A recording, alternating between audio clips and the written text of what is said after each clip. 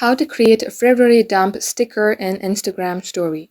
Hey, what's up guys? Welcome back to our YouTube channel and let's get started. First thing first, you have to launch your Instagram app. As you do so, make sure that you are logged into your Instagram account.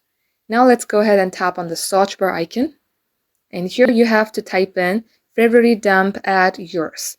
If you simply tap onto it, you will see a For You page.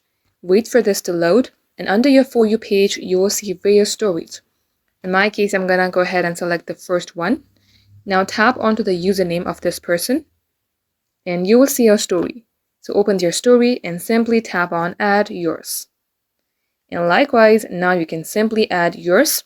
You can either click a picture right now or select this icon and select any photo from your gallery section.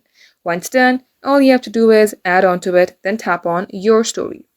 And just like so guys, this is how you can do the same as well. Thank you all for watching the video till the very end. If it had helped you in any ways, then don't forget to like, share and subscribe to our channel.